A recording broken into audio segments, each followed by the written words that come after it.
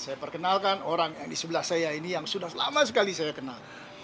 Biasa orang memanggilnya Mas Hardi. Tapi sekarang beliau sudah menjadi bangsawan karena telah memperoleh gelar Kanjeng Pangeran dari Kesunanan di Solo menjadi Kanjeng Pangeran Hardi Danuwijoyo. Nah, Mas Hardi, Iya. Nah, bisa Anda jelaskan? Anda kan melukis ini iya. 4 orang tokoh.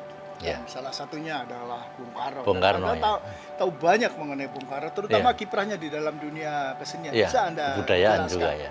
Seni dan budaya, Iya, bisa Anda jelaskan? Iya, jadi Bung Karno itu kalau kita ngomongin Bung Karno kita harus flashback ke tahun 30, 40, 50, 60. Bukan image orang sekarang terhadap Bung Karno. Tahun 30, 40, 50, 60 itu Indonesia 80% buta huruf. Makanya rumusan Pancasila sebagai contoh misalkan, itu ada peras-perasannya.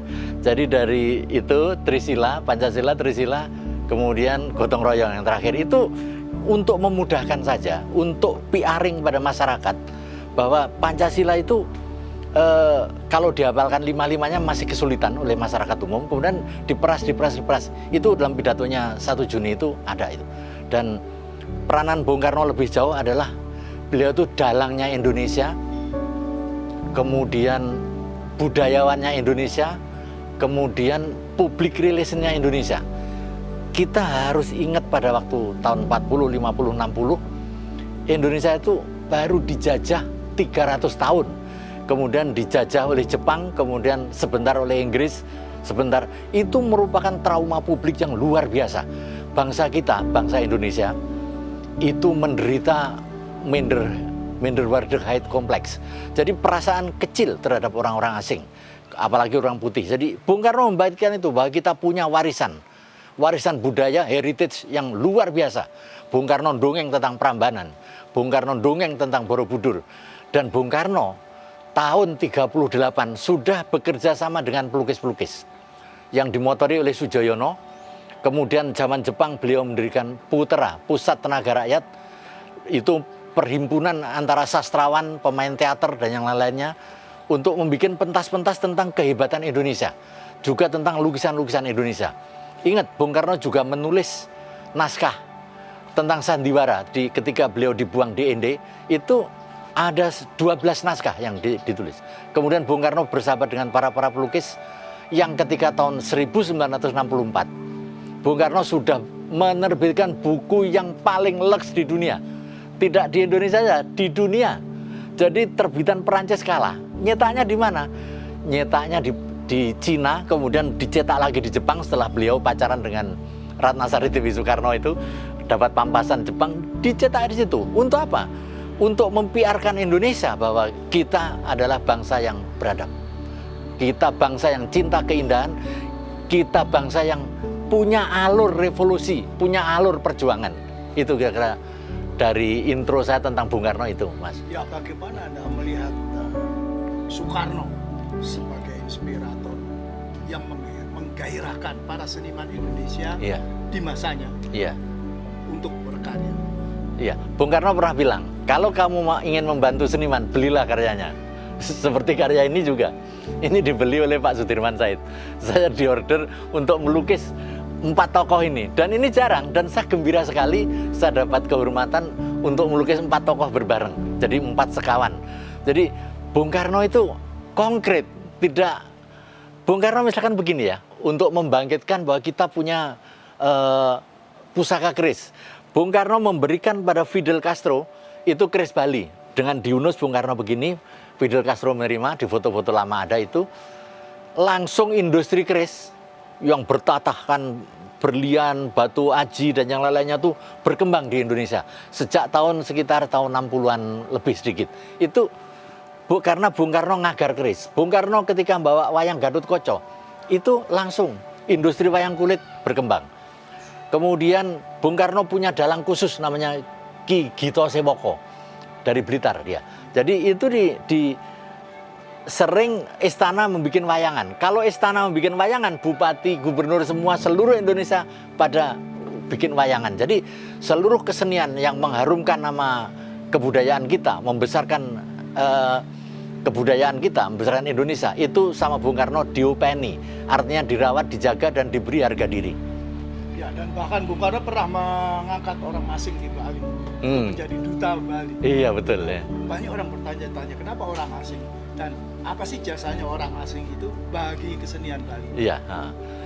Kenapa Bali menjadi moncer? Itu memang ada mitos atau suatu rumusan. Bila mana suatu negara merawat pelukis, membesarkan pelukisnya, disitulah tempat itu akan menjadi tempat pariwisata. Kalau kita ingat di Perancis ada Paris, Jepang Tokyo, kemudian Belanda di Amsterdam, itu Amerika New York, itu pusat-pusat kesenian, khususnya seni lukis. Lah ketika Bung Karno tahun 50-an jadi presiden sebentar, itu ada pelukis Spanyol namanya Antonio Blanco. Dia melukis perempuan cantik dengan payudaranya kelihatan. Dia tulis di koleksi Bung Karno itu disebut untuk bapakku Presiden Soekarno. Itu kejadiannya ketika Bung Karno mau ke Ubud, Antonio Blanco dapat berita, dia mejeng di jalanan dengan lukisan itu, dengan harapan Bung Karno akan berhenti atau say hello pada Blanco. Dan ternyata Bung Karno betul berhenti di situ, dan dia bilang kepada Antonio Blanco, jadilah duta bangsa ini untuk mengharumkan nama bangsa.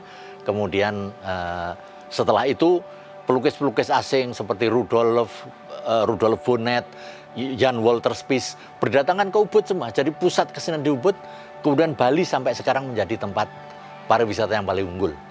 Dan Ubud masih tetap menjadi salah satu pusat seni lukis di Bali. Betul. Mungkin di Indonesia.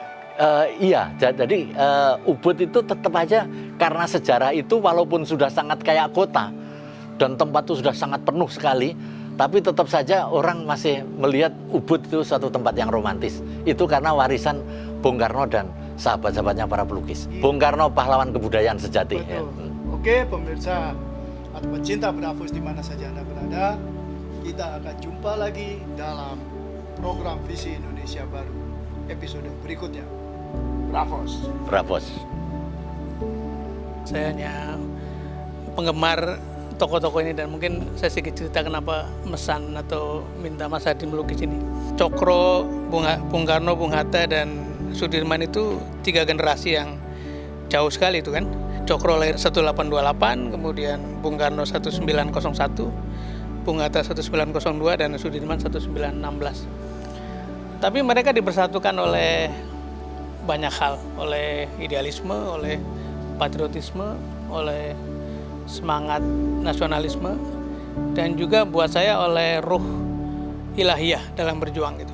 Dan kita tahu semua Cokro adalah tempat persemaian dari banyak sekali pendiri bangsa dari segala warna, termasuk Bung Karno ngenger di situ. Ada persamaan dari keempatnya adalah orang-orang yang sejak kecil, sejak muda itu lompat atau keluar dari cangkang comfort zone-nya. Apakah namanya ngenger, apakah itu namanya in the cost di tempat orang, apakah namanya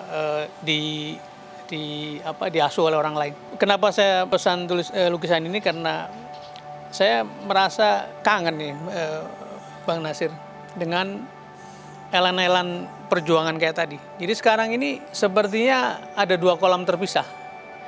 Satu namanya kolam politik, kolam pragmatisme, kolam power adalah segala-galanya. Kolam yang lain adalah sesuatu yang sifatnya luhur. Perjuangan, nasionalisme, patriotisme, intelektual.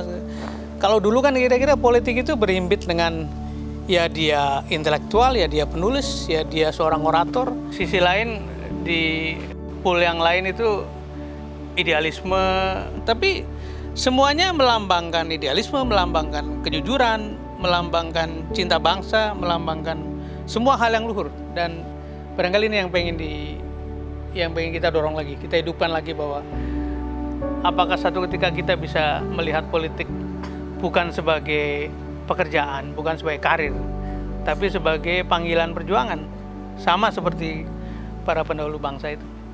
Begitu mungkin Mas Gigi.